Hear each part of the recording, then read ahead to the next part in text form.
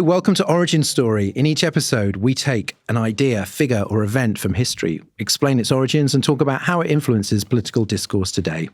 I'm Dorian Linsky, author of Everything Must Go and The Ministry of Truth. And I'm Ian Dunt. I'm a columnist with the newspaper, and I'm the author of How to Be a Liberal. And together we write the Origin Story books. This is the third and final part of the story of Lenin, Trotsky, and Stalin. Essentially, the reign of Stalin from the late 20s through to his death in 1953.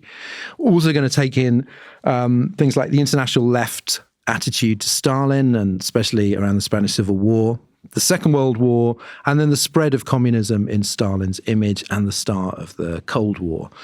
Where we left off last time, Lenin was dead, Trotsky in exile, and Stalin triumphant.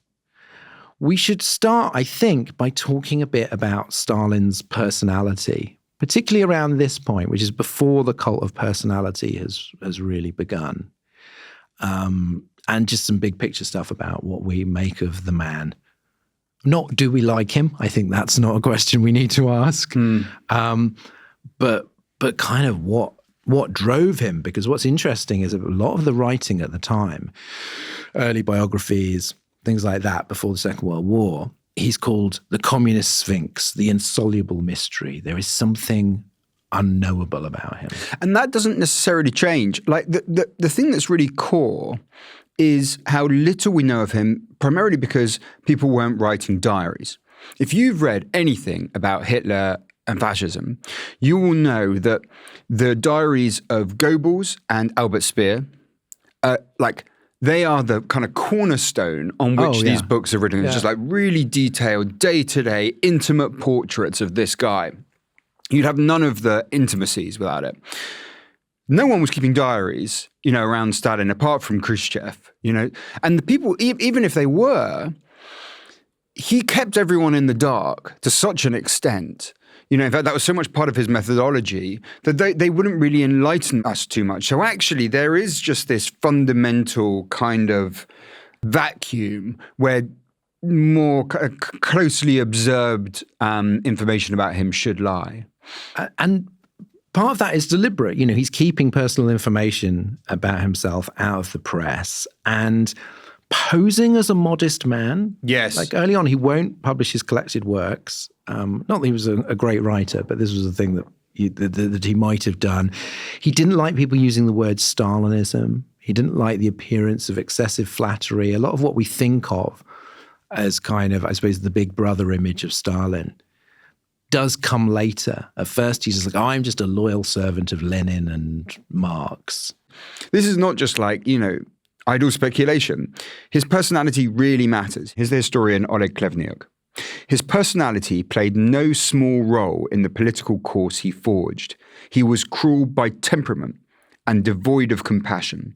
Of all the available methods for resolving political, social, and economic conflict, he favored terror and saw no reason to moderate its use. And that, over and over again, you do just see that is the default operation by which he pursues any kind of political aim. There's a couple of really interesting quotes. Bukharin, before he was executed, Stalin is unhappy at not being able to convince everyone, himself included, that he is greater than everyone. And this unhappiness of his may be his most human trait, perhaps the only human trait in him. And he's explaining this desire for revenge on anyone better than himself. Hence his sort of furious hatred of Trotsky, who he knows is better than him in almost every way. The other great quote is about his ability to nurse a grudge from his daughter Svetlana. If he cast out of his heart someone who had been known to him for a long time, and if in his soul he had already translated that person into the ranks of enemies, it was impossible to hold a conversation with him about that person. So that thing we talk about as Stalinism was almost a political strategy, that you raise somebody from a photograph, that you rewrite history to sort of banish Trotsky's role in the Civil War or whatever. It's not just a strategy. It is genuinely how he thought. It was like, this is an unperson now. Yeah. I fought alongside them. They were an ally for years. Now they are an enemy, and therefore they are like worse than dirt. He's not just blocked them, really. He's thrown the laptop out the window and set fire to it. People talk about the nuclear block on blue sky. I think he invented the nuclear block. I think also it's worth, mentioning that his wife Nadia committed suicide in 1932. Yeah. And this makes him much more remote. Incidentally, she's another child on the paedophile angle. At the point that they get married in 1919, she's 16 years old. He's 23 years older than she is. So it is a recurring pattern of behavior with him. Also, we're saying he was a massive conspiracy theorist in the truest sense that he didn't really believe in accidents and mistakes, and he attributed all setbacks to malicious plots that were orchestrated from abroad. So again, not just a political strategy to make out that Trotsky was the mastermind of an international plot against him, but genuinely believed it. And of course, the more repressive he was, the more resentful the population, the more likely they were to want to sabotage him. So it's a vicious circle. So we see, you could say, oh, he's not paranoid because people, in fact, did hate him. A lot of people in the country really hated Stalin. But then his actions make it more likely that they're going to hate him.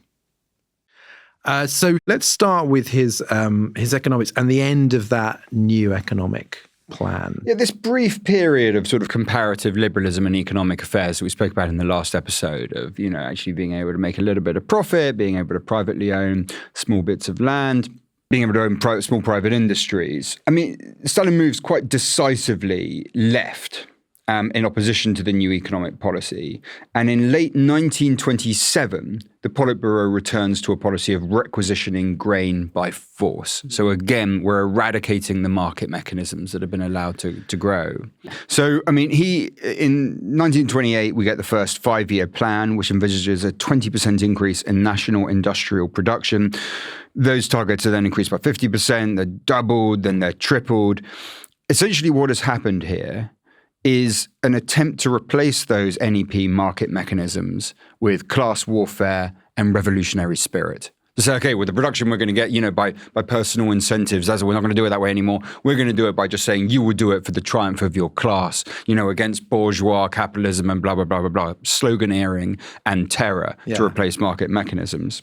It's going to involve huge increases in capital investment, building factories, etc., in an attempt to modernize up to Western standards. And that will involve large-scale purchases of Western equipment. Now, what is all this going to require? It is going to require, first of all, that you're going to need to feed the workers in the cities, and that is going to require grain and other products from the countryside. And secondly, it's going to require enough agricultural product that you can export so that you can pay for machinery back home. This then turns attention to the countryside, to the peasants, to, what was under Marxism a kind of suspicious class, if not the class enemy. The direct class enemy is obviously the bourgeoisie. The peasants are pretty suspicious, instinctively reactionary, don't really have class consciousness. And we've seen in this history, encouraged by Lenin, this hatred of the kulaks, which is initially as a term, there's like a pretty wealthy peasant, might employ a couple of people. Then is basically a bourgeois peasant. Towards the end of this period, all kulak really means is you oppose the regime. Or, to be honest, by the end, it just means you're going to die. Whoever they call kulak, all that means is this is the next person we're going to kill. It doesn't really matter who they are or where they've come from. One of Stalin's great techniques was to, and again, it's a very origin story in terms of where we talk about the definition of words and how sometimes there isn't natural confusion. In the early days, what does socialism mean? What does communism mean? There was a kind of good faith confusion and disagreement. Stalin is really the master of defining words to mean people he wants to kill. Yes. Kulak, Trotskyist, fascist. They don't necessarily mean cosmopolitan, deviationist. Yeah. They're just different. It's this whole sort of pharmacopoeia of words for I want to kill this person. Yeah. They didn't have to be those people at all. Yeah, exactly. Yeah. So we start to see that the experiment begin with collective farming. Peasants forced to give up their land, almost all of their possessions, and join these collective farms. All land is expropriated. There is no more personal land. Most must live in communal houses. They eat in common. They're not paid with money. They're paid with goods in kind. This is almost like, it's worse than being reduced to a feudal status. It's actually considerably worse than that, and your quality of life will be worse for that. You're basically being fed in exchange for your forced labor. Peasants initially refuse to do this. Once they refuse, party cadres are sort of sent out to basically force them into joining the collective farms. Would you say they were alienated from their labour? I would say at this point the alienation would be pretty fucking severe. Yeah.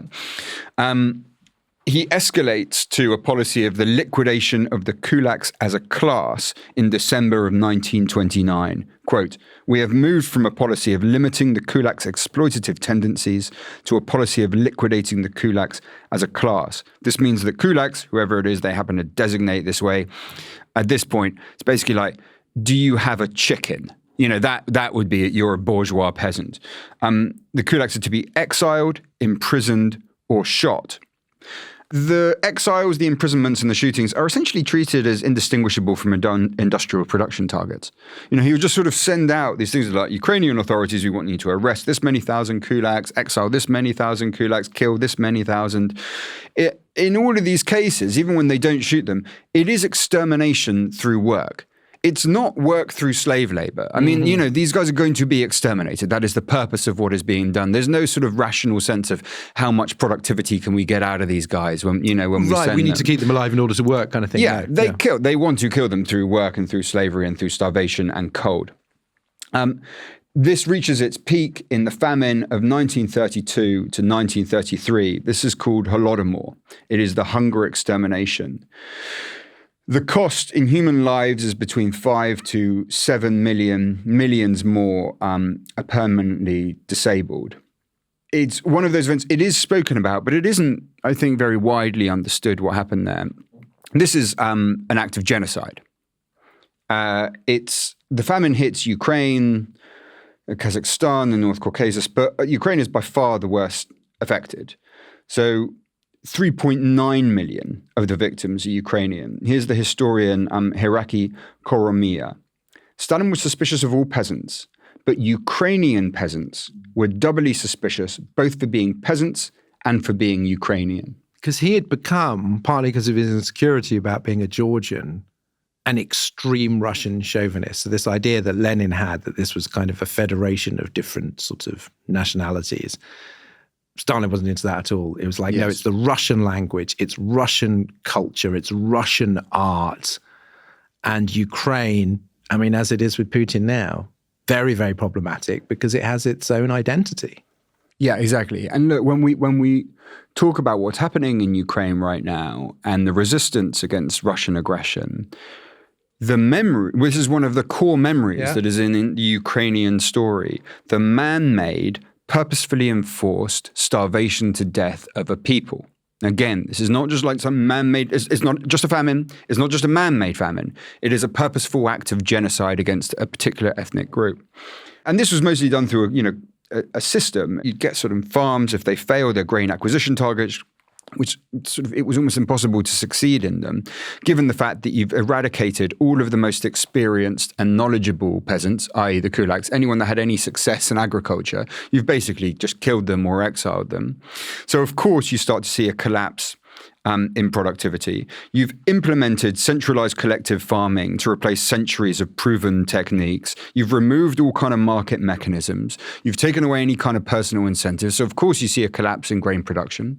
Then when the farms fail to provide the grain, you put them on a blacklist. That means they're banned from purchasing, let alone food. They can't even purchase matches or kerosene, so they can't cook any food, even if they were to possess it. They lose their rights to trade in grain or seeds or flour or bread. They are basically starved to death. And eventually you just get these sort of party cadres go into these homes looking anywhere for food, trying to find any secret stash of any kind of food. And at this point you sort of hear people say, to be a kulak was essentially to be alive. If you were to be found alive, you were a kulak by virtue of being alive. Being alive was a kind of form of suspicion.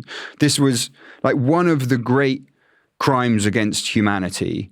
It's not spoken about enough, it's not understood enough, and it is an absolutely core part of Ukrainian history. And when we'll talk a little bit later about why a lot of sort of Westerners were so sort of soft on Stalin, is that so much of this was covered up. And you think, well, how do you cover up the deaths of millions like that? And they admitted there was a famine, but obviously not a man-made famine, it was a terrible tragedy. The Moscow press corps, specifically the New York Times correspondent Walter Duranty, covered up or downplayed the famine. Durante actually won the Pulitzer Prize for covering the 5-year plan. It was never retracted. Yeah. He was basically a kind of rather sybaritic figure obsessed with like power, money and access. Didn't even have the defense of being a sort of an ardent communist. And so when it was exposed by Malcolm Muggeridge of The Guardian and a Welsh reporter called Gareth Jones, Durante then led the effort to smear them, which was largely successful. It was sort of, I think a lot of the time you're talking about here is things were known but not known. And I think it's so relevant to people now, when they go about Trump voters. Well, you must have known what you were voting for. And it's like the information was out there. And it's like, yeah, but you can know but not know. And that's essentially it. And Eugene Lyons, I'll talk about later, was an American correspondent in Moscow who later kind of wrote this incredible book about his shame at participating in these lies. He wrote, "The New York Times wanted to be deceived, and Durante provided the requisite deception material." Fucking hell. So also in Eugene Lyons's book, about he's talking about how the 5-year plan was actually achieved in 4 years. This was one of the kind of, if you take morality out of it, one of the sort of the great achievements of Stalin there. And that there was a sign put up in Moscow saying 2 + 2 = 5. And Orwell reviewed Lyons's book. And so it's possible, very possible, that he got 2 + 2 = 5 from this slogan about the 5-year plan being achieved in 4. I had no idea. Yeah. You are really busting out your pub quiz Orwell on this one. I really am. Okay, so let's see how class and economics were working under Stalin. Again, we come back to that issue of Marxism and reductionism, that idea all power is economic. Okay, well, now here we are. We've gotten rid of, economic distinctions. We've got total social control of the means of production. And so what happens with power? And then something very interesting happens, and something that actually had been predicted, but sounds quite esoteric, which is the development of a bureaucratic class. Mm-hmm. It's not based on your relationship to the means of production now. It's not the class system that you would see under capitalism. It's a new one. It's through bureaucracy. Why? Well, actually, it sounds odd, right? But it actually makes perfect sense. Because what have you replaced market mechanisms with in a centralized, controlled economy? Administrative mechanisms. So what is your class system going to look like? Well, it's going to be based on bureaucracy. That is now the source of power. That is now also the source of wealth. And what is created is a highly stratified, very, very unequal society. Mm-hmm. He creates, the bureaucratic machine is defined really by this word nomenclatura. The official list of positions within the bureaucratic machine. At the top level, around 53,000 people, the cream of Soviet society. So high-level party and state officials, top military leaders, and people like the heads of creative unions, like the Writers' Union. And those guys are at the absolute top. The mid-level, about 350,000 people, officials in regional bodies and central committees of communist parties of various sort of associated republics. These guys, huge privileges. Spacious apartments, really good healthcare, high-quality food. They have drivers, they have cars, they don't queue outside of shops. To give you a sense of the inequality, a Soviet writer in the nomenclatura could earn up to 1 million rubles. The security team around Stalin, each of them was paid around 5,300 rubles a month, very high salary. The average monthly wage is 660 rubles. The average monthly income for a collective farm worker is 90 rubles. Poof. Loads of the people in the nomenclature were actually working class, had working class backgrounds. Factory engineers in particular found it quite easy to raise up the ranks. But the thing is, once they got in there, they quickly adapted to their new class. They had the mores, they had the manners, they had the habits, they had the language of their class. They didn't have any of the material struggles that people had underneath them. So at the bottom, people are living primarily on grains and potatoes. Like even in a good year, it is a meager life that you're having. In a good year, you're looking at about 1 egg every 6 days. Like you're not having a fantastic time of it at any point. If you're outside of that kind of bureaucratic class, you're having meat only on special occasions. You are unable to strike. Strike which at this point is like a legal right in the capitalist countries, is called an act of bourgeois sabotage. You're really unable to advance any kind of social or economic demand at all.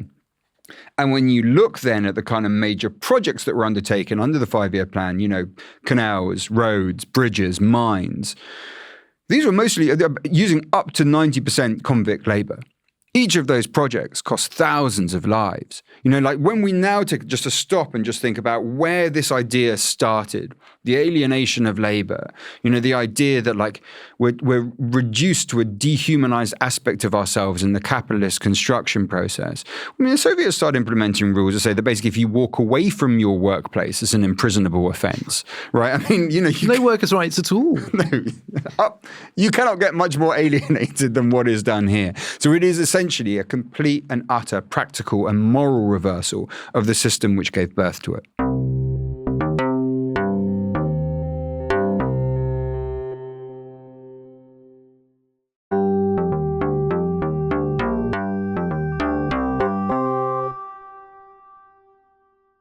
So just a little bit here on how Stalin responds to the rise of fascism. So in 1928, he moves the Comintern to the left. He brings back world revolution as a goal.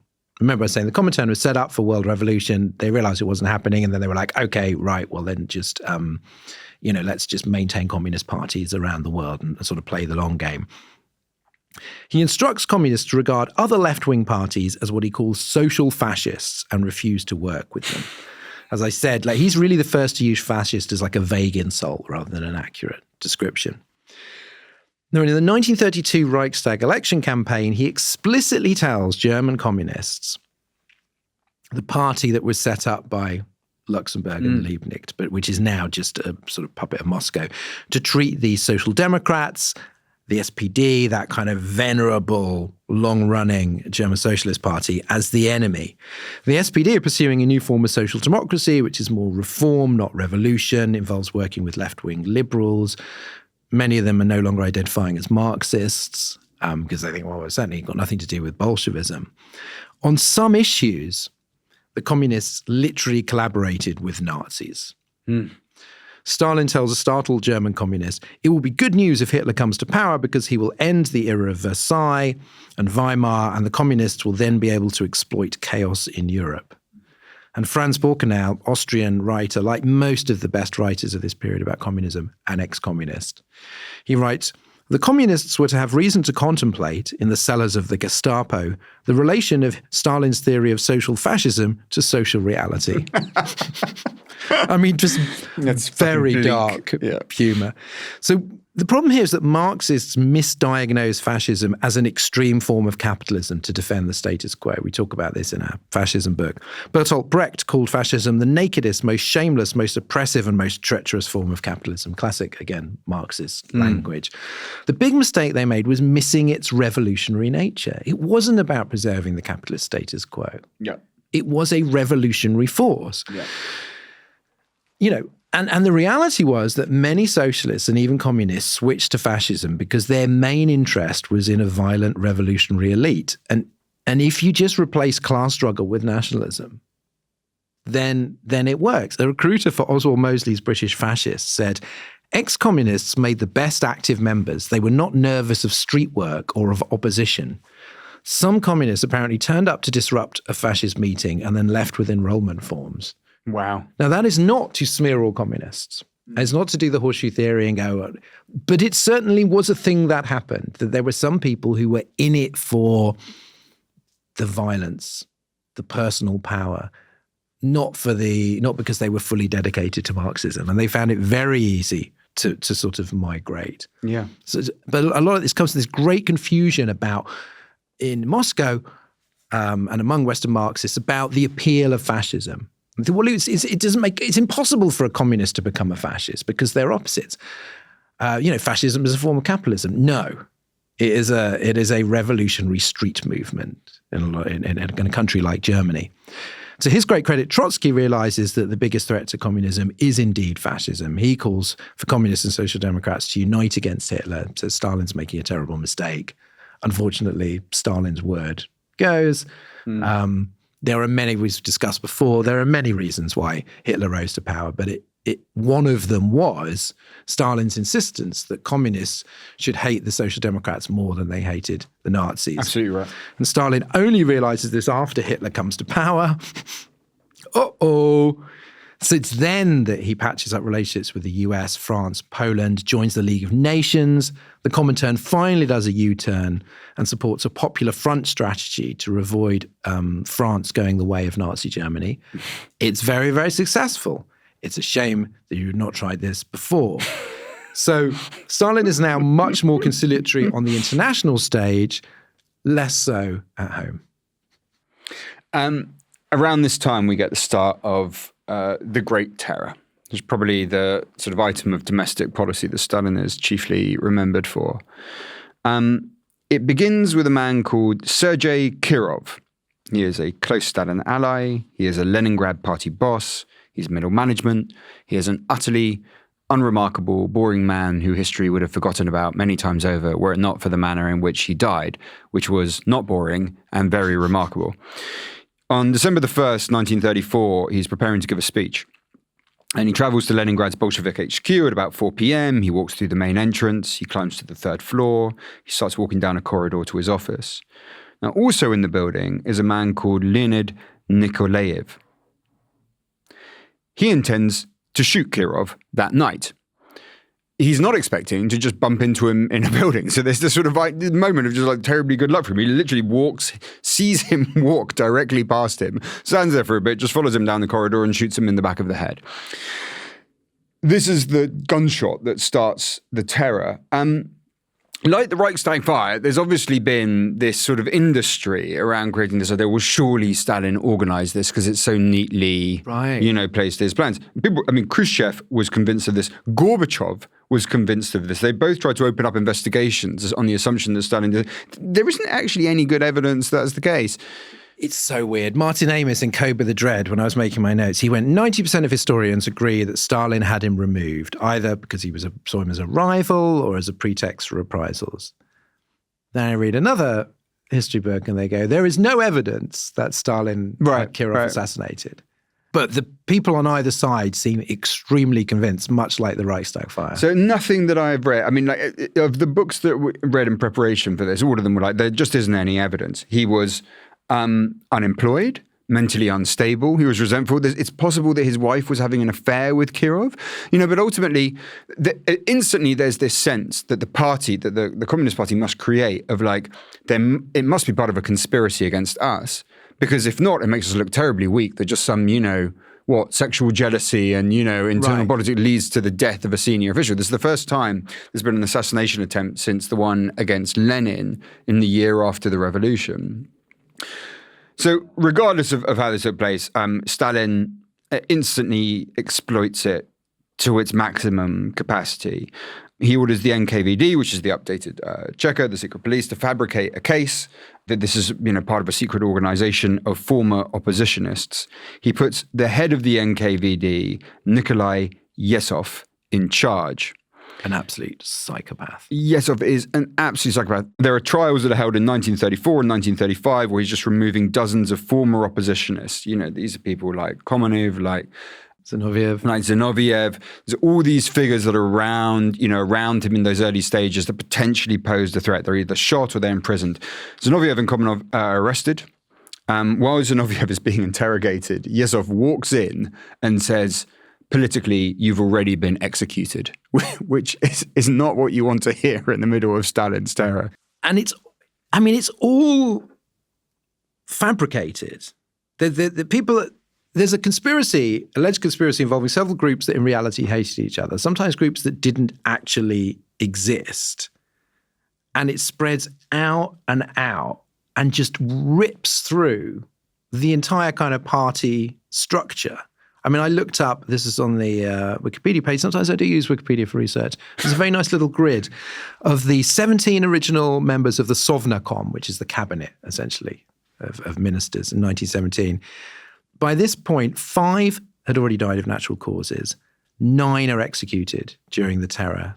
There's only 3 survivors, including Stalin. It's extraordinary. Well, because it's quite structured.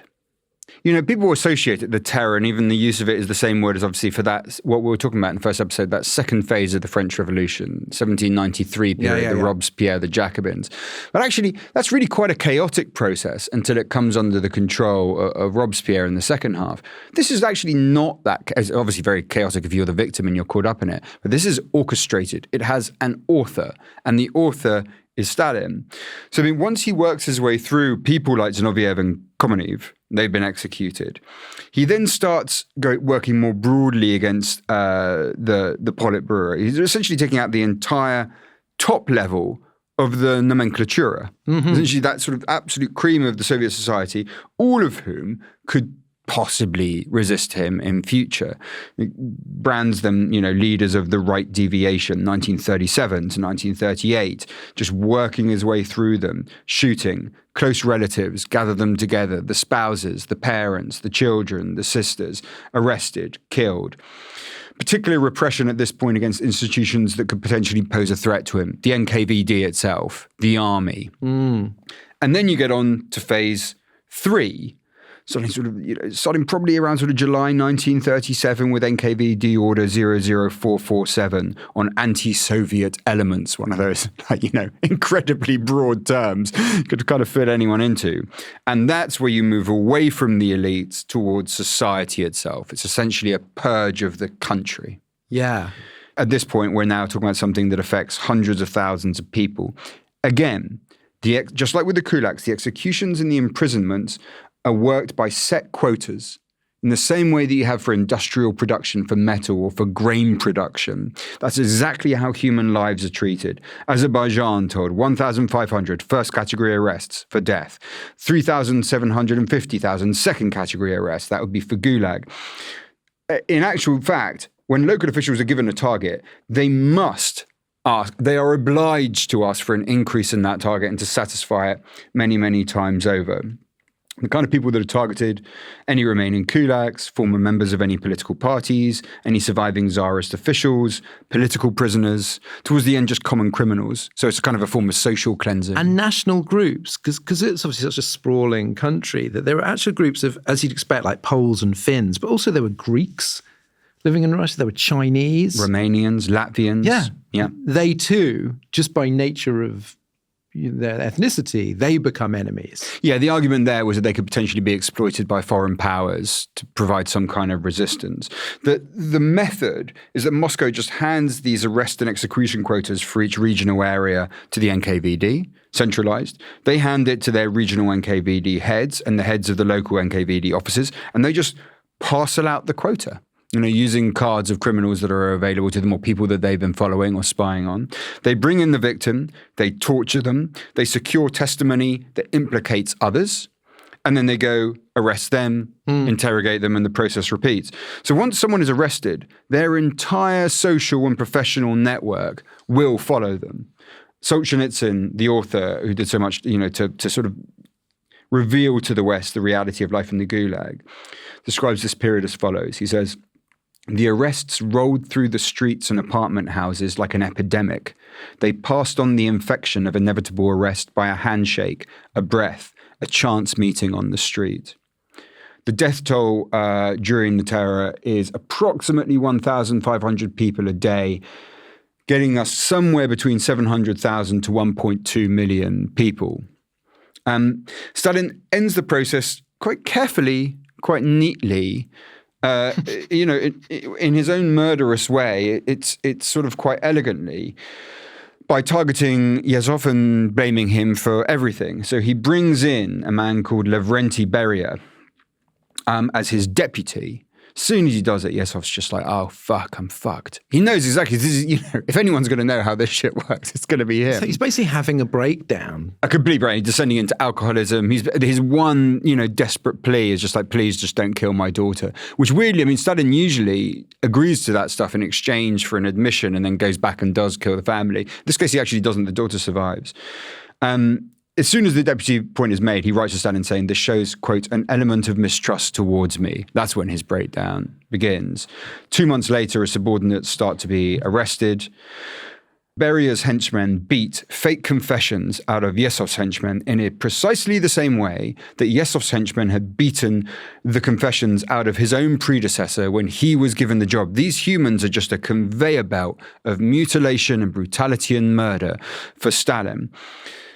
Afterwards, he's eventually arrested and shot in the head, inevitably. Stalin blames him for everything. He says, Yesov was a beast, a degenerate. Many innocent lives were lost. That's why we shot him. And Russians call, even now, one of the names for the terror is Yesovshchina, which suggests, it's obviously his name attached to a term that kind of suggests a kind of rampant evil. Well, the Great Terror is a phrase that was introduced, decades later by the historian Robert Conquest. Right. Yeah. Obviously it wasn't called that. So yeah, the idea it's the Yesovshchina, and it's just like, oh, I didn't know.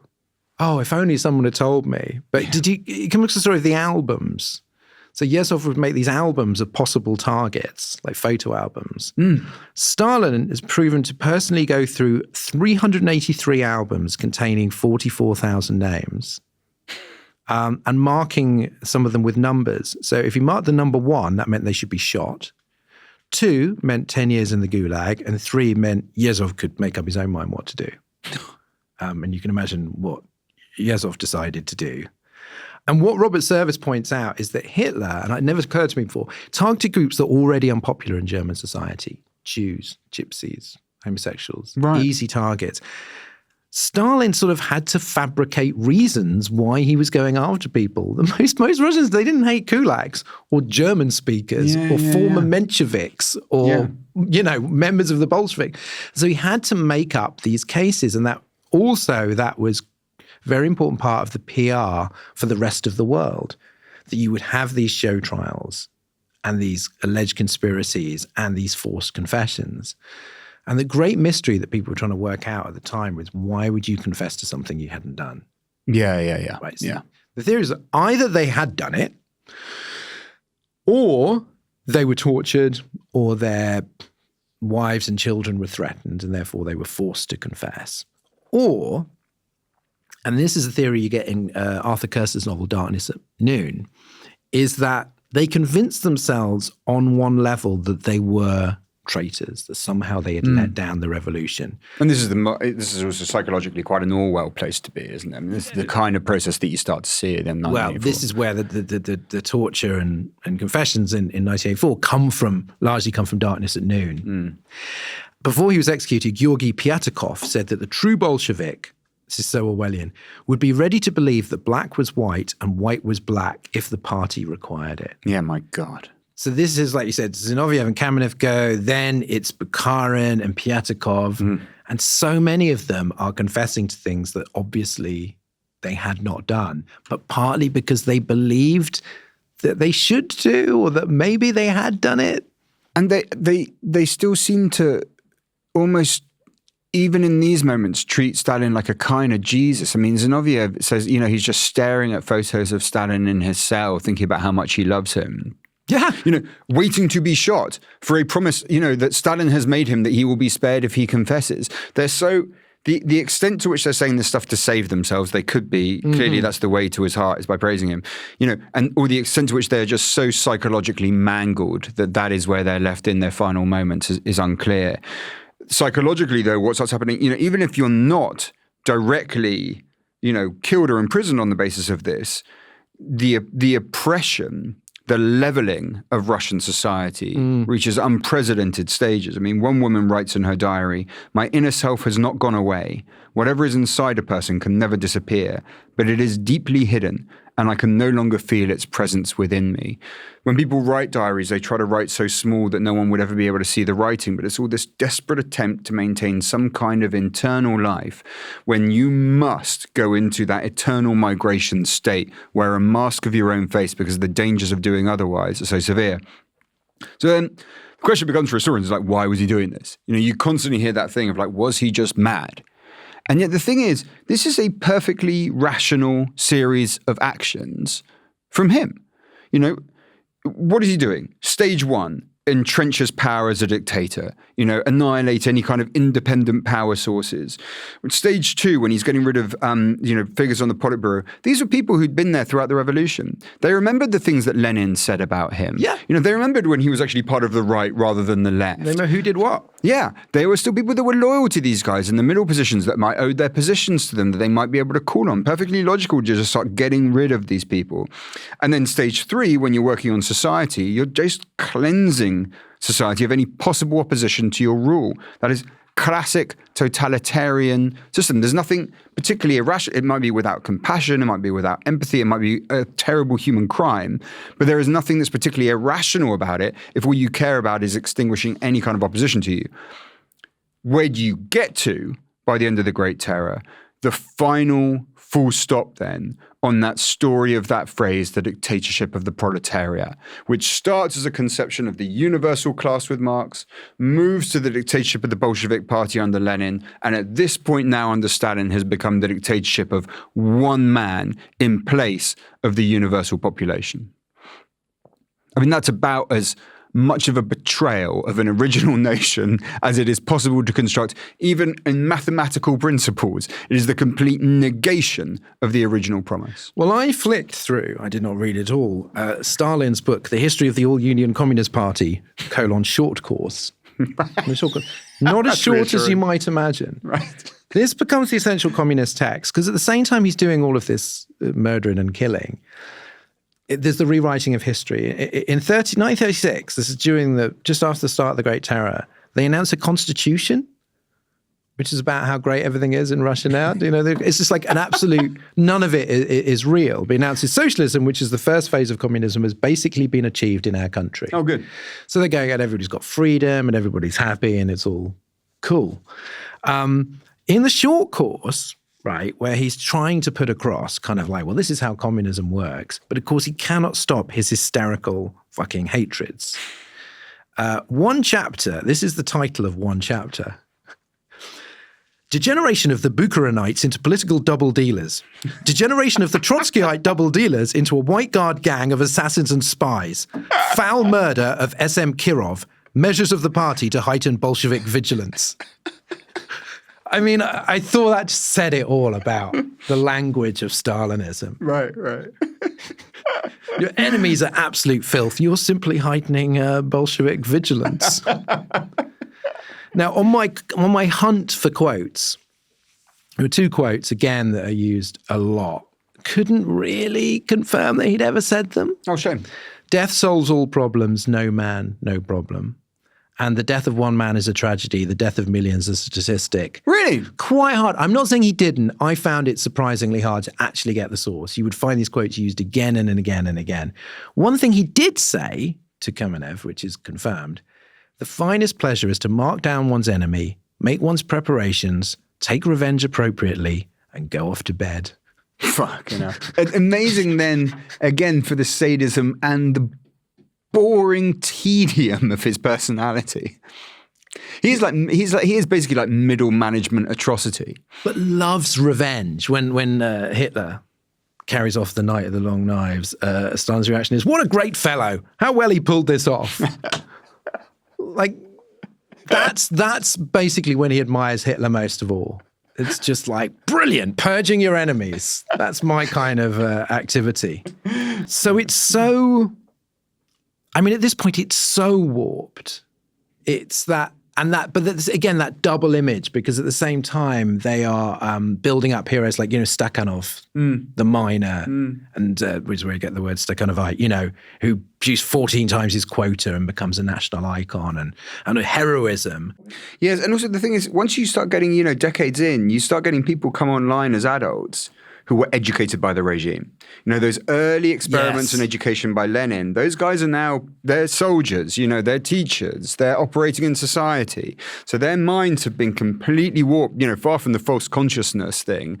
Their minds are very much the product that this regime has created. There's a great character in Darkness at Noon who is described as exactly like that. He is the new man. Now, of course, as with fascism, the new man across the whole nation of 150 million or whatever does not exist. But in the upper echelons of the party, it certainly does. And it's the kind of younger ones most of the old Bolsheviks have been killed. Yeah. So it's the younger ones, and they really have nothing to betray.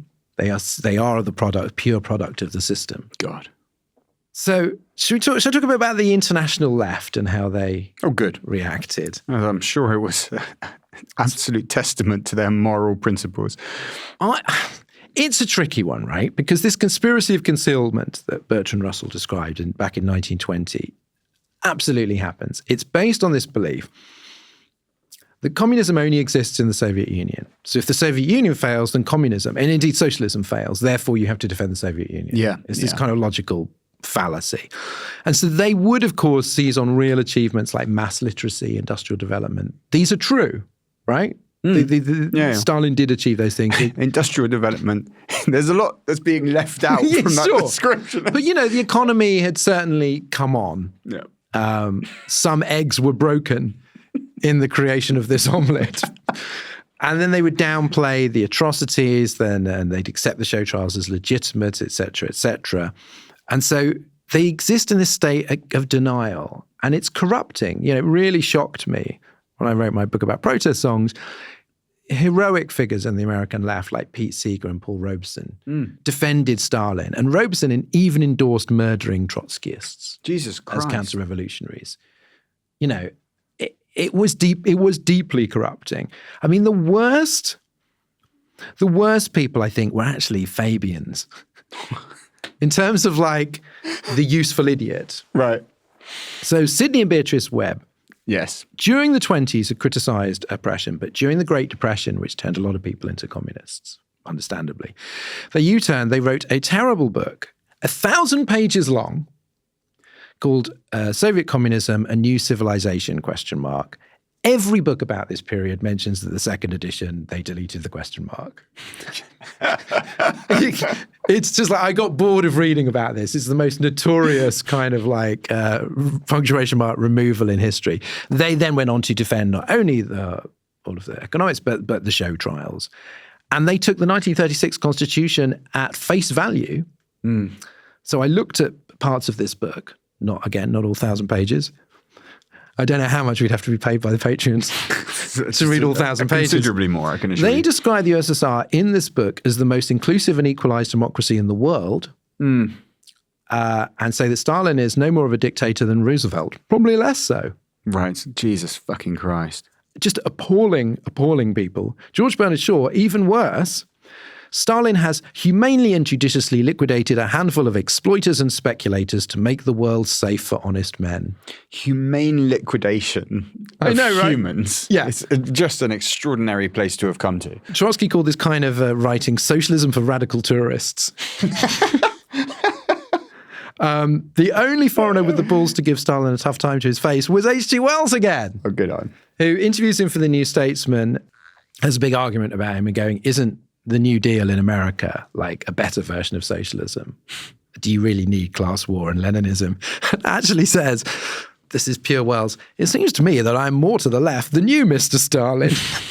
Oh, good on him. This is fantastic. Yeah. The American ex-communist writer Richard Wright, he criticizes American communists in the book The God That Failed, which is a collection of quite amazing essays by ex-communists. They denounced books they had never read, people they had never known, ideas they could never understand, and doctrines they could not pronounce. Lovely. Now, in some ways that is very elegant, obviously. In some ways too harsh. There are people like Shaw and the Webb, so I think we're just pretty disgraceful apologists for tyranny, right? Yeah. The more sympathetic reading is this, right? You've got the Great Depression. You've got the rise of fascism in, the very anti-appeasement. In America, the communists are the only serious anti-racists. The Democrats, obviously, a very racist party. Republicans also. In America, has a very large Jewish contingent. Basically, outside Russia, communism is the underdog ideology, right? So there are reasons why you would be a communist. There's a fantastic book called The Romance of American Communism, where Vivian Gornick in the 70s interviews a bunch of former communists and asks why. And her conclusion is that communists wanted a serious, meaningful life connected to the wider world.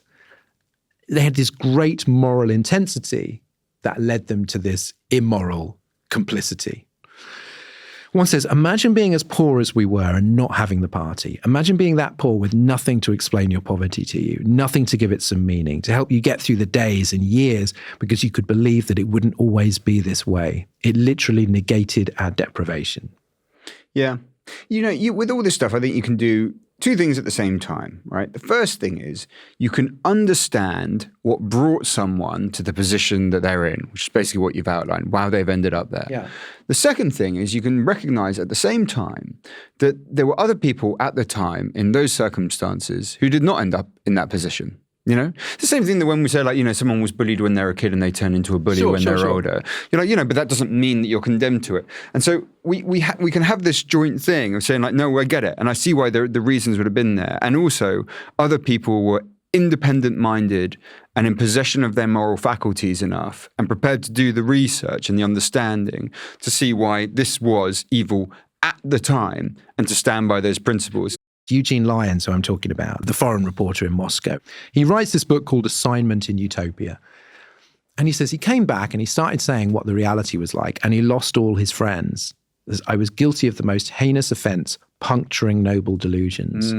And he actually says, yeah, I get it. I get why they all rejected me, because I was telling them the truth. And that meant that their whole life, basically, their whole kind of belief system would collapse. And he's very good on how... he says, if communism was fashioned in the image of men's hopes, and to say, look, this is not real, it has been betrayed, you are wrong, is destroying people's whole foundations. And so the denial is coming from a very real and human place. Because the Spanish Civil War, right? I mean, that's a perfect example, right? It's the big crusade for Western communists. And we've talked about the Spanish Civil War before. Germany and Italy are backing Franco's forces. Britain and France will not back the Republic. Therefore, Stalin steps in. That's where all the kind of money and military support is coming from. So a lot of communists from Europe and the US join the international brigades. But the non-communist fighters, which includes people Orwell was fighting with, the POUM, they get frozen out because they're sucked into this sort of the proxy war on Trotskyists, even if they're not actually Trotskyists. Clement Attlee visits international brigades in Spain, and he remarked, all the time the communists were intriguing and seeking to divert the context into a battle for communism. So people who were there would know, obviously this is when Orwell turns against communism, described in Homage to Catalonia, calls it a form of socialism that makes mental honesty impossible. The reason that he then has problems publishing his writing about the Spanish Civil War is because there are people like the editor of the New Statesman, his publisher Victor Gollancz, they can't accept what he's writing. They're going, but if you destroy the Soviet Union, you destroy socialism. Orwell's response is the destruction of the Soviet myth is essential if we want a revival of the socialist movement. I obviously think he was correct. He was like, you need to remove, you need to disentangle them, this whole thing that socialism around the world was being associated with the Soviet Union. He thought, I think rightly, was destructive and poisonous. Well, he was also fighting for and representative of the intellectual heritage of having control of your own mind and coming to your own opinions on the basis of that which you see and not that which is dictated to you by the party and by the organization that you're a member of. That was the message he was giving. A lot of the best writers of this period are the ex-communists, like Eugene Lyons, Arthur Koestler, Franz Borkenau, Max Eastman, Boris Souvarine. They're the ones writing the sort of, this is all the stuff, basically all the people that Orwell was reading. Because, and some of them end up becoming very right-wing, but some don't. Yeah. Some just remain socialists, but not Bolsheviks. Now, some of them, of course, are looking at Trotsky as the embodiment of what could have been. Borkenau puts it, a Trotskyist in communist vocabulary is synonymous with a man who deserves to be killed. So as we said, Trotsky has been deported. He's in Turkey in 1929. Then he goes from France to Norway, always fearing assassination. Rightly so, because people are trying to assassinate him. Yes, that really isn't paranoia. Very fair. Continues to attack Stalin in his magazine, The Opposition Bulletin, and writing books, which are his own form of revisionist history. He's quite fearlessly attacking Stalin. The show trials, of course, also condemn him in absentia. He's accused of leading an international terrorist conspiracy and sentenced to death. He writes his famous 1936 book, The Revolution Betrayed, What is the Soviet Union and Where is it Going? In which he compares Stalin to both Napoleon and Hitler. This is the period of totalitarian theory beginning. Where people are going, these guys don't seem to like each other, but they really seem to be very similar. And he's sort of coming that. He's attracting quite a lot of admirers, most of them called André. André Malraux, André Gide, André Breton, and they're not called André. Georges Simenon, the creator of Inspector Maigret. Okay. So like a quite passionate Trotskyist. Another Trotskyist is the Mexican painter Diego Rivera, who petitions Mexico to give Trotsky asylum. A thing that he will later regret. Well, I mean, as might Rivera, because when Trotsky arrives and stays at their house, the so-called Blue House, Trotsky has an affair with Rivera's wife, Frida Kahlo. It's totally fair enough. I mean, the guy's only just gone out of his way to make sure that you're safe from literally saved Soviet your assassins. life. Yeah. While he's there, he's under 24-hour protection, but he keeps hearing that various supporters in Europe, including his son, have died mysteriously or blatantly been murdered. Now, it's worth pointing out here that his last big idea is to form a fourth international. How do we solve the problem? Another international that will replace the Comintern, which is quite hard to do for Mexico, and give Stalin an excuse to accuse him of orchestrating, again, a global conspiracy. On the 20th of August, 1940, Trotsky is introduced to his secretary's boyfriend, a man called Jackson, who's going to help him out with an article. Don't trust anyone who wants to help you out with an article, because Jackson is actually called Ramon Mercador, and he is an assassin from the Comintern. Wow. So while Trotsky's back is turned, perhaps just going, you've buried the lead, you should move this bit up here, Mercador plunges an ice pick into his head, and Trotsky dies the next day. Amazingly, not immediately. And Pravda celebrates the death of a traitor who it now claims infiltrated the Bolshevik Party in 1902 and has been conspiring against them ever since. Orwell says, how will the Russian state get on without Trotsky?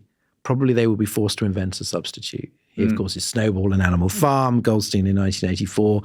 Genuinely not inaccurate representations of what Trotsky was in the communist imagination. Yeah. The arch villain. Now, the cult of Trotsky is born here, the idea that the Soviet Union could have been redeemed if he'd taken power on Stalin. This becomes a cornerstone of the new left, as we will see for ages. But I mean, I think we've established pretty clearly that his ideas of violence and terror were not that different. No. And there's a reason why he didn't become leader, and there's a reason why he alienated so many people, and there's a reason why his regime would also been brutal, although I think less psychotic. Oh, I think that's probably right. I don't think he'd have done the Great Terror. And if you had had to read the books that he would have written on the history of it, they would have been more fun to read than Stalin's were. But the fundamentals of he believes in terror, he doesn't have any comprehension of the economics of the country that is operating, and he would have overseen a process of levelling that annihilated people's independent spirit. All of those basics would have been there, just not to the same quantitative extent. Clive James had a very good line. Trotsky lived on for decades as the unassailable hero of aesthetically minded progressives who wished to persuade themselves that there could be a vegetarian version of communism.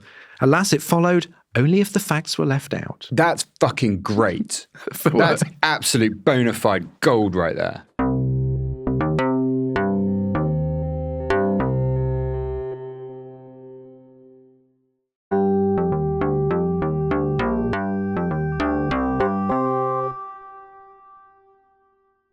There's a real moment there of, it's probably the greatest moment of vulnerability for Stalin, the point that the Nazis invade. Well, of course, because he doesn't see it coming. What we've had before is Molotov, the foreign secretary, and the German foreign minister Ribbentrop signing the Nazi-Soviet pact in August 1939. An absolutely shocking betrayal.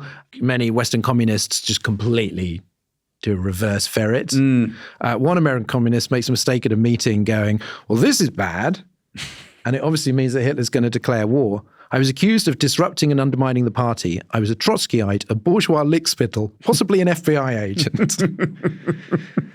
The defense given then and indeed now was that Britain and France had botched an alliance with Russia, which is true. We saw in the appeasement episode. Also, to be fair, I mean, that's also because they've been looking at the Great Terror and thought he's eradicated almost all of his officers, you know, his military machine. Part of the reason that the Russians initially get spanked so hard by Germany is because of the Great Terror.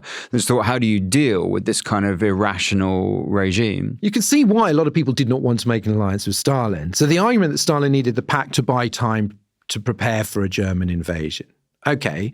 But in the short term, it was the pact that enabled Hitler to declare war. Yes, exactly. Because he was freed up in the West.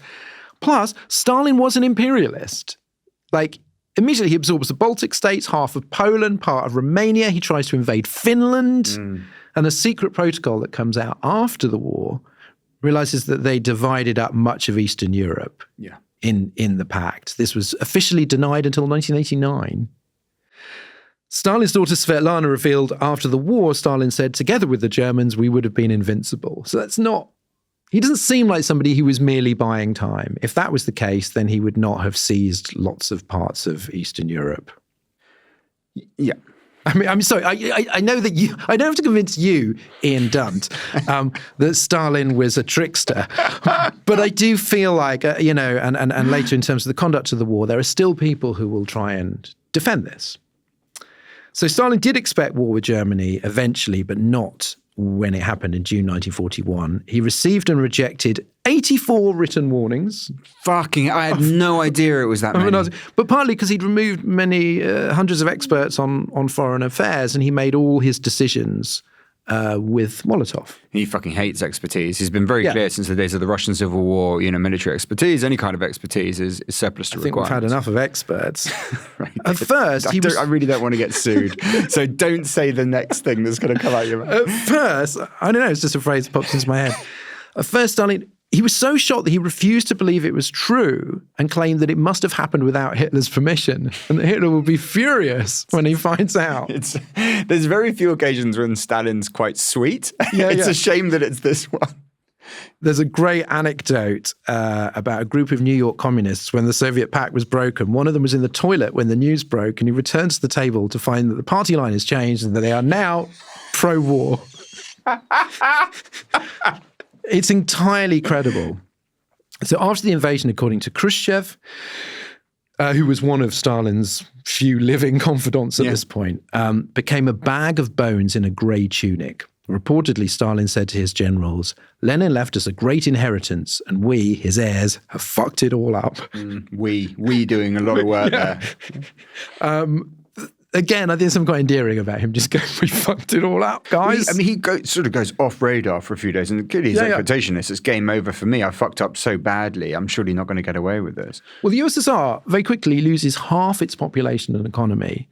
Rather tragically, many citizens welcomed the Nazis with open arms as liberation from Stalin. Oh, fuck. Not having any idea about their genocidal intentions towards the Slavic people and so on. Now, the turning point, we're not going to do military history here. Obviously, the turning point is the Battle of Stalingrad, late 42.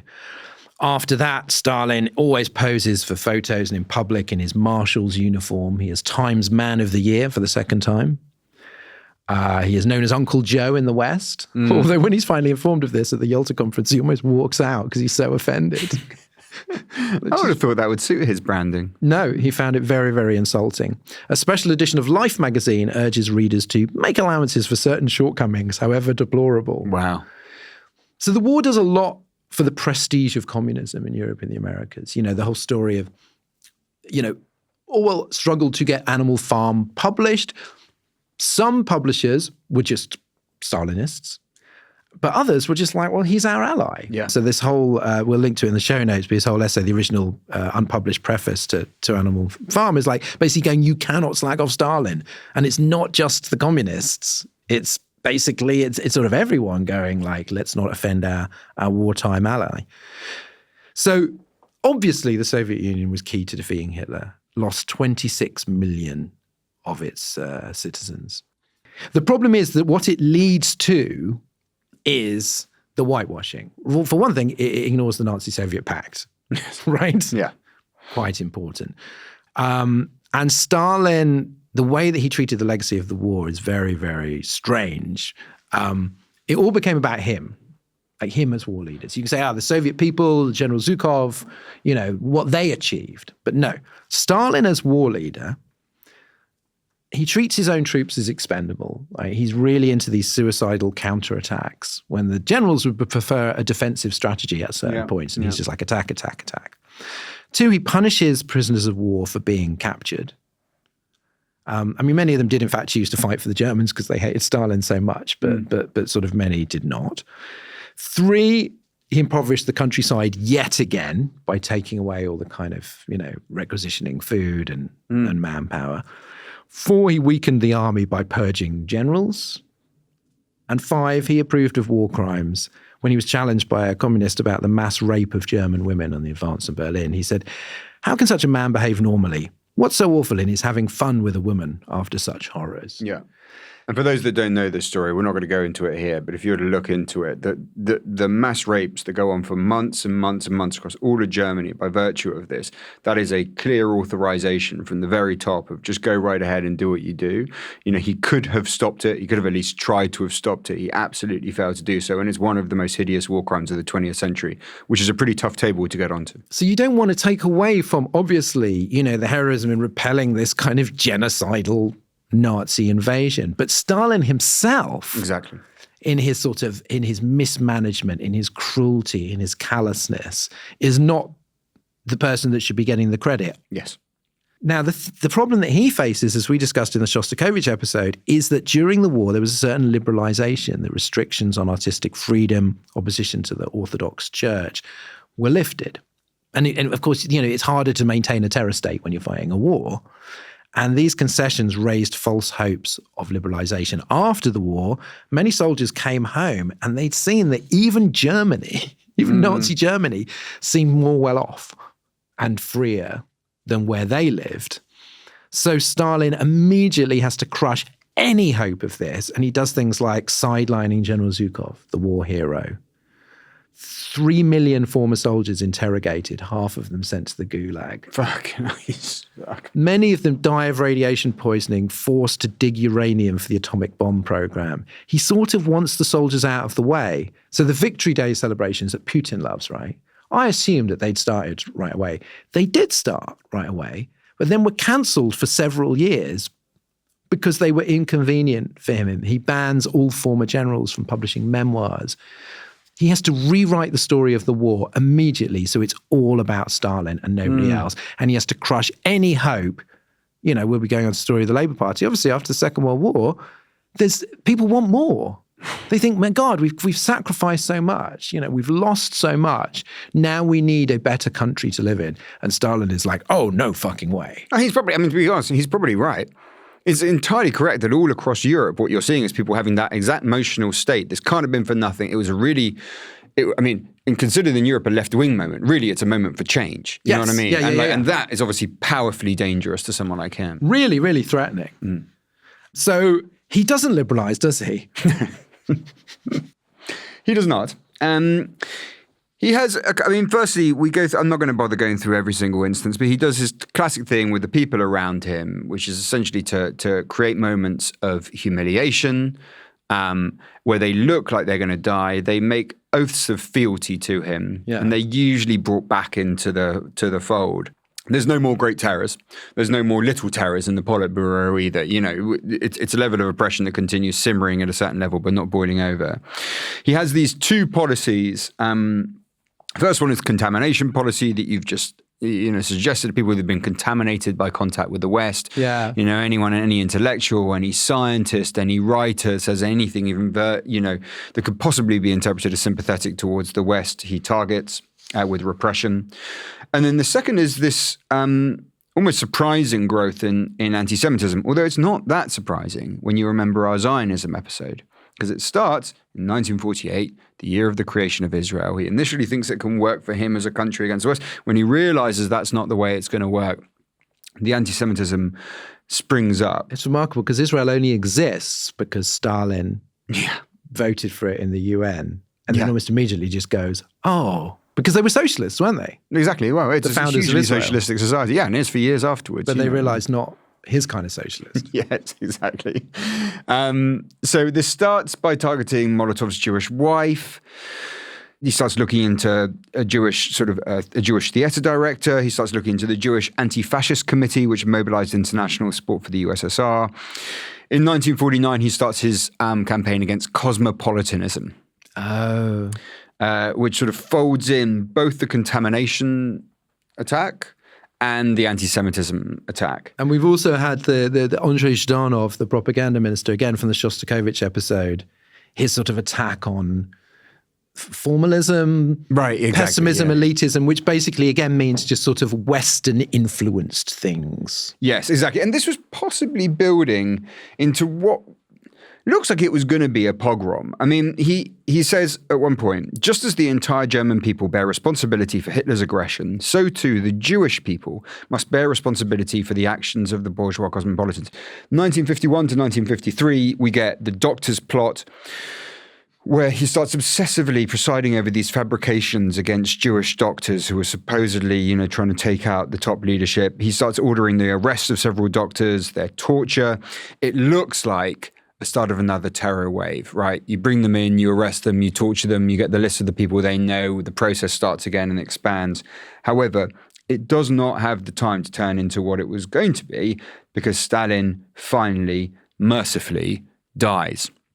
On February the 28th, 1953, he organizes a last dinner with some of his closest co-workers, I was about to say.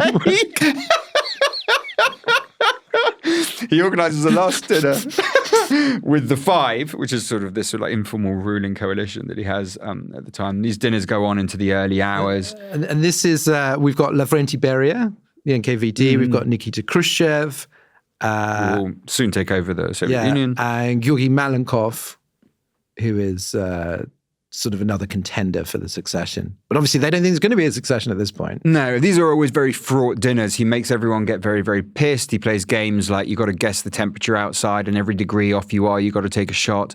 He doesn't really drink quite as much as everyone else. Everyone else gets drunk and let down their inhibitions and then has to deal with the fact that Stalin is watching you out of the corner of his eye. These are not the kind of dinner parties you want to fucking go to. I found it extraordinary how accurate the movie The Death of Stalin was. Right, yeah, exactly. Like reading about it, I was like, oh, okay, that happened. Yeah, that guy kind of was like that. It was remarkable. Yeah, that's another example of one of those things that it can do the work and be dramatic and be funny and be strange, but that is pinned down with proper research, that thing. Everyone starts leaving early morning, March the 1st. There are 408 people working in the dacha that they're in at that point, but none of them dare to check on him. He doesn't come out during the day, doesn't come out till the evening. In the end, they try to go check on him, the guards, under the pretense of delivering mail, right in the evening. That's the only point they've drummed up the bravery to do it. They go in, he's on the floor having wet himself. The fact that he's wet himself proves quite a problem because everyone's thinking like, well, if he recovers, he's going to remember that we saw him when he met himself and then he's going to come get revenge on us. All of the behavior, what follows is a kind of comedy of errors where he is unable to get treatment because of the paranoia and fear that he has created in the people around him. The guards call the Five, the top sort of officials. They come over, they can't make a decision. They chuck it over to another official. It goes back to the guards and up. We start the hours tick by until finally they say, okay, fine, we've got to call a cardiologist who comes. One of the few remaining cardiologists not in jail. Exactly. Because that's also, it's not just generalized paranoia and inability to make decisions for what he'll do if he recovers. It's also the fact that this is specifically about needing a doctor. And through some kind of beautiful irony, he's specifically created fear around that exact profession. He dies on March the 5th, a few days later at 9:50. Here's how his daughter describes his final moments. His death agony was horrible. He literally choked to death as we watched. At what seemed like the very last moment, he suddenly opened his eyes and cast a glance over everyone in the room. It was a terrible glance, insane or perhaps angry and full of the fear of death and the unfamiliar faces of the doctors bent over him. The glance swept over everyone in a second. Then something incomprehensible and awesome happened that to this day I can't forget and I don't understand. He suddenly lifted his left hand as though he were pointing to something above and bringing down a curse on us all. The gesture was incomprehensible and full of menace, and no one could say to whom or at what it might be directed. The next moment, after a final effort, the spirit wrenched itself free from the flesh. She's quite a good writer. She's a good writer, but also that's just a very Stalin way to die. To summon his last act is to do what looks like just summoning a curse from heaven on the people around him, including his own family. You see, normally, I think if somebody died, we wouldn't talk about how they'd wet themselves or the painful death rattle or whatever. But I think, given what we've covered so far, fuck him. Fair dues.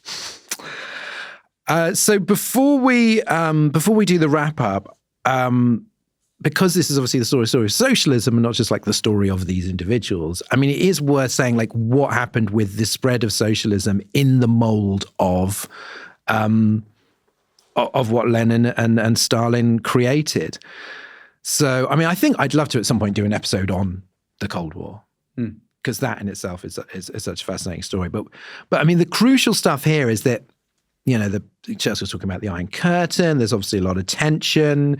There's definitely a sense that that Stalin wants to take large parts of Eastern Europe. It really begins in June 1947 when you've got the Marshall Plan, which is economic assistance to European countries invaded by the Nazis, initially offered to Russia as well. It's obviously an attempt to lure Eastern Europe away from Stalin's influence. So that's what makes the contest for influence in Europe official. And you get this chain of events all in like really quick succession.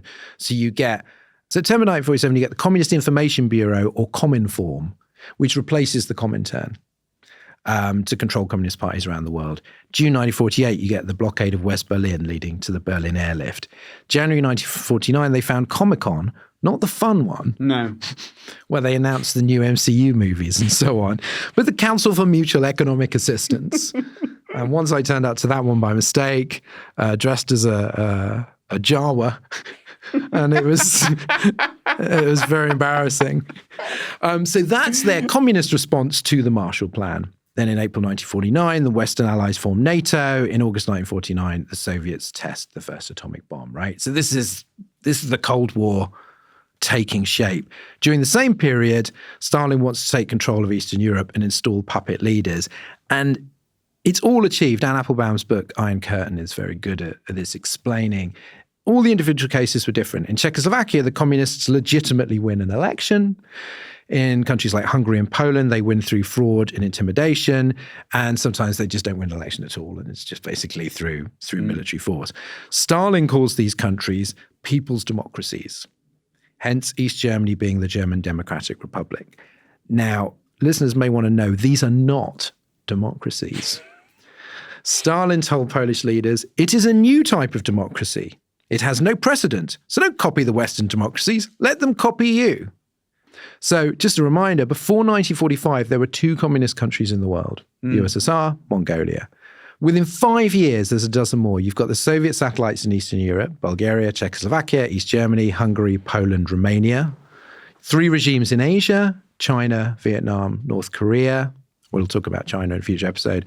And then you've got 2 countries that are independent of Moscow and often hostile, Yugoslavia and Albania. But more broadly, the lesson that people took, and this includes Mao, because there's a lot of people in communist countries, the lesson of 1917 and the Russian Civil War is you need to be brutal straight away. Don't give people a chance to fight back. So what happens is the new communist countries skip Leninism and they go straight to Stalinism. And despite all the national differences, and we talked about how important national differences are, they sort of all copy the same model of this kind of one-party state, possibly with the illusion of democracy, like opposition parties that get like 1%, you know, and the centralism, and it's run by the party, and there's no real debate, and there's no civil society or judicial independence, there's a secret police, centrally planned economy, et cetera, et cetera. They're all following that model. So there is this, while Stalin himself is really retreating into his cult of personality, like he's sort of fading away. behind all of these kind of like statues and posters and so on.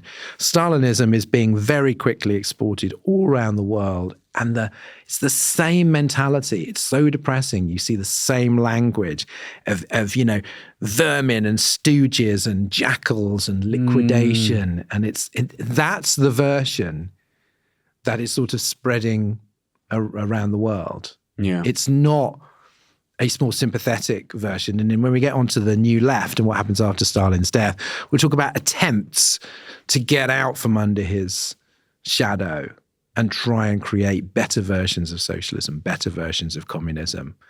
But at the point of his death, it's like everything is in his image. Well, we're about to jump out now, after these episodes and start looking at much more positive experiences of socialism and, things that have actually improved people's lives and conducted themselves with some degree of human dignity and decency and freedom.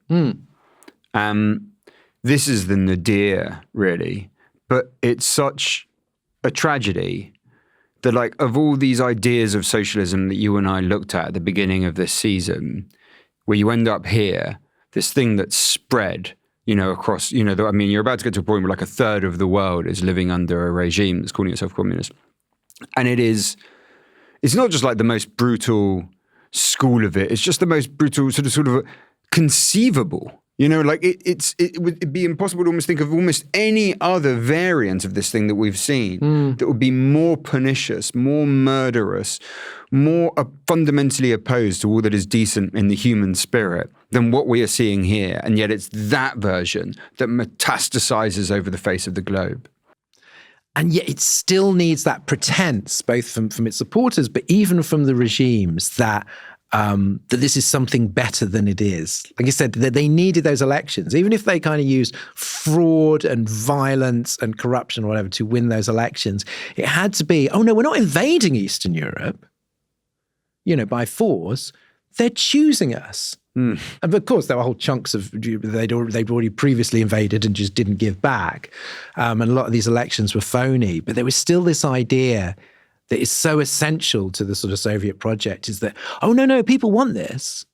That denial. So that's why, the denial becomes, at least up until the invasion of Hungary in 1956, and then Prague in 1968. It's so important because there's a complicity that they are telling a different story, that Soviet communism is something other than what it was. Yeah. And hopefully what we've shown it to be. So one question that came out of the reading for me was, we know that Stalinism had more in common with Nazism than people wanted to acknowledge at the time, right? Two faces of totalitarianism. But what's interesting now, I think, is to ask, well, how did it differ? I don't think that's a fresh point to make, but how was it different? And I felt like we don't have Nazism after Hitler or Italian fascism after Mussolini, really. Yeah. We do have Soviet communism after Stalin. We know that was less brutal. I mean, it was no fucking picnic, but it was certainly not Stalinism. We also have alternative forms of communism, whether that be, for example, Yugoslavia. We've also got, obviously, many different forms of socialism, and we've got many dissident communists and ex-communists, but not really dissident fascists. There's not a great literature of ex-fascists denouncing fascism while fascism was still a thing. That doesn't exist. But there are many, many ex-communists, ex-Bolsheviks writing brilliant critiques. And so I feel that is the tragedy. And that's why I don't understand why some modern communists still seek to defend the USSR, because the point is that there were many people there from the time, all the way through this story, or through this period, going, we wanted it to be better. And I think that's where it's not the flip side to Nazism, because there were so many people inside that movement, who then left it, who felt that it should be more, and that there are other versions were possible, which I don't think you can say about fascism. So there are certain key areas where they are obviously similar. They are both totalitarian. They both do want to get right deep into the most intimate parts of the human life underneath the skull and create a new man, a new type of creation. That's very unlike, as you and I covered in the fascism book, that's very unlike lots of authoritarian, just regimes on the right. So it's a very striking quality and one that distinguishes them. It's also true that their treatment, like if you look at Nazi concentration camps versus Russian concentration camps, they're really achingly similar. Even in the manner in which they were organized. The only distinction was you had private companies working in the Nazi ones and you had the state, running the gulag. But it's striking again just how similar they are, including that part of extermination through work rather than trying to accomplish something with your slave labor army. And it is also true that they have both taken a category, either race or class, and subordinated the individual to it completely with extremely predictable results, psychologically, human rights treatment. And then there are other parts that are just obviously distinct. And that isn't enough to just say it's just about class rather than race, because there's something about the fact that there is an intellectual component which I think allows the kind of thought that you're talking about, right? We can say that communism and socialism are hard to define. However, it is distinct from something like fascism, which has literally no intellectual underpinnings to it whatsoever. It's just emotions and force. That's all that it is. There is some kind of intellectual background here. So then someone can say, well, actually, they have the capacity, the intellectual infrastructure to go, what is this relationship to the means of production? There are elements where you can critique on the basis of what's in Marxist theory. Is this some kind of alienated labor? You have that kind of background to it. So therefore you can have, or what are the circumstances in which we said the revolution was going to take place? Many of the distinctions that we see in the way that communists behave in this period, I think, come down to the fact that there is quality and purpose in Marxism that simply is not there for fascism. What I do not understand is modern communists who will still defend the USSR and put the hammer and sickle in their social media profiles, and as if and go, well, actually, Stalin won the war. That to me just seems like, well, you're repeating the moral mistakes of people from like the fucking 1930s and 40s. You don't need to do that. There is a strand of communism, and certainly many strands of broader socialism, that you can cling on to and you can lay claim to. But to anybody who attempts to sort of whitewash the totalitarian version of that, it just seems madness to me. And yet it still happens. This is the story of one of the single most oppressive regimes that has operated in human history because of its capacity. And because of the strength of the ideological conviction that was there, and because of the lack of guardrails in this conviction. It must be perfectly obvious to anyone now that you can't possibly blame Marx for everything that happens here, and that you do not obviously inevitably have to follow from Marx to a regime like this one. It's just simply silly to pretend otherwise. But there were no guardrails in Marxism, really, for the kind of things that these guys were doing. If you have a political philosophy that's not grounded in individual liberty, that has no conception of individual rights, of any kind of protection for personal conscience, then you don't have any of the language, any of the conceptual architecture that you need to oppose this sort of stuff.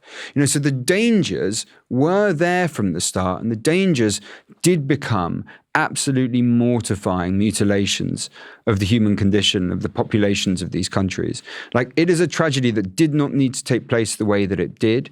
You would wish for an outcome in which socialism had succeeded with leaders who weren't so clearly inspired by terrorist and violent variants of the original idea. But there are also areas where the original idea can be seen as a through line to the things which took place within the regime. Yeah, it's going to be quite pleasant to be able to talk about some different versions of socialism for a bit, with not so many concentration camps and show trials and murders. Well, you would say that because you're a right deviationist. I certainly would have been. I think my conclusion is that I would not have fared well during the Great Terror, and that I would have been considered in some ways a sort of petty bourgeois, Trotskyist, deviationist hyena. I will reject the accusation that I have any kind of formalist sympathies, but I will accept cosmopolitanism and right deviation. I would certainly have been considered a lackey and a flunky and a double dealer. Thankfully, that is not the situation, and we can podcast at will.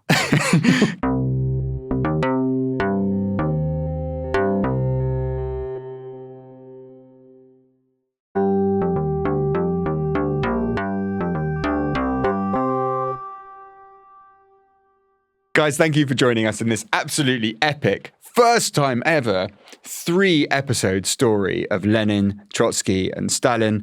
Hopefully you've come away from it understanding a little bit more, and hopefully Dorian and I do not have to read any other books on Russian history, well, apart from the one that we're going to have to read for an episode that comes in a few weeks' time. Patrons, can you stick around, please? Because we've got the making of extra bit at the end where we're going to talk about the kind of things that we've read, what it was like reading it, and the kind of recommendations that we have if you want to start diving into this material yourself. For those who do support us, thank you so much, because this is something that, when we started, and obviously the first season we didn't have any money at all for that, and this is the kind of big, ambitious, meaty project that we'd be unable to do. We're not, sort of independently wealthy. We do not have friends who work for textile firms in Manchester sending us money like Karl Marx did. And so it's really appreciated because as we get these donations, we are able to do more ambitious things and just, to read more, to research more, to try and tell bigger stories. So it's really appreciated. And if you'd like to help us do that, then just go to Patreon Origin Story. Every single Patreon is our personal Engels. You are. Exactly. You are our own special Engels. Cheerio, you guys. We'll be back next week for part 1 of the Labour Party.